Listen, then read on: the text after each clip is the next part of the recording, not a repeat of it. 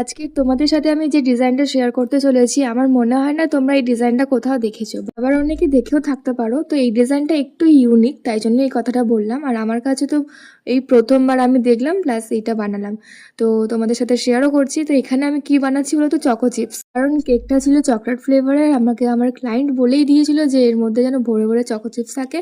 আর unfortunately আমার choco chips পুরো শেষ, যেটা আমি খেয়াল করিনি, রিস্টকও করা হয়নি, তাই আমি বাড়িতেই চকো চিপস বানিয়ে নিয়েছি। আর কিভাবে বানিয়েছি সেটা তো দেখতেই পারলে। তো তোমাদের অনেকে কোয়ারি আছে এই বেসটা নিয়ে, কত বড় কেক, কত বড় বেস ইউজ করেছো, কি করে প্যাক করেছো, তো সবটাই আমি বলবো। এইটা হচ্ছে একটা পুরোটা গোটা প্লাই, 13x24 ইঞ্চির একটা প্লাই।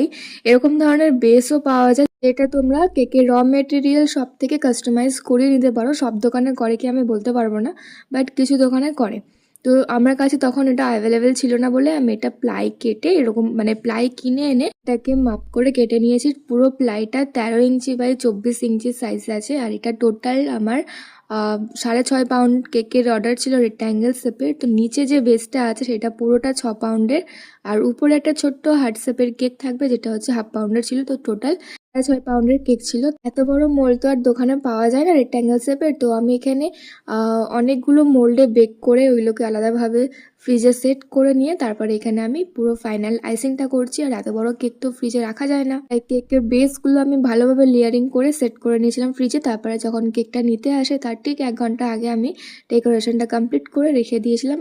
তো এখানে আমি দুটো 8 ইঞ্চির মোল্ডে 2 পাউন্ড করে বেক করেছিলাম, আর দুটো 6 ইঞ্চি মোল্ডে 1 পাউন্ড করে বেক করেছিলাম, টোটাল 6 পাউন্ড। তো সেটাকে আমি ম্যানেজ করে এভাবে রেক্ট্যাঙ্গেল শেপ বানিয়ে নিয়েছিলাম। আর এটা আমার কাছে একটু ডিফিকাল্ট ছিল, কারণ এত বড় রেক্ট্যাঙ্গেল শেপ, আর উপরের ফিনিশিংটা পুরো স্মুথ ছিল। ছবিতে আমাকে যেটা রেফারেন্স আমার ক্লায়েন্ট পাঠিয়েছিল, তো আমি এখানে স্মুথই করার চেষ্টা করেছি।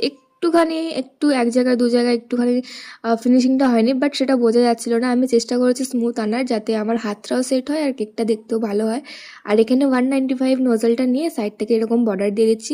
আমাকে রেফারেন্স পাঠিয়েছিল, সেম টু সেম আমি বানিয়েছি, আমার এতটা ভালো লাগছিল। আর এটা ছিল রেজিস্ট্রি কেক আমি এর আগে 2 থাক 3 থাক 5 থাক এরকম বানিয়েছি, বাট এরকম ফ্ল্যাটের মধ্যে কোনোদিন বানাইনি।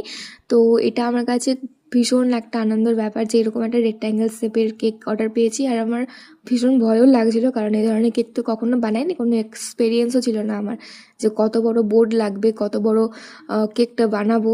তো সবটাই আমি আমার ঘর থেকে বার করে করে করেছি। তো তোমাদের সাথে শেয়ারও করলাম, যাতে তোমরাও বুঝতে পারো কোনোদিন অর্ডার আসলে এভাবে করতে পারো। কোনো না, এত বড় অর্ডার পেলে কখনো ঘাবড়ে যাবে না, একটু মাথা ঠান্ডা করে চিন্তা ভাবনা করবে, করে অর্ডারটা কনফার্ম করবে, দেখবে আর ঠিক পেরে যাবে।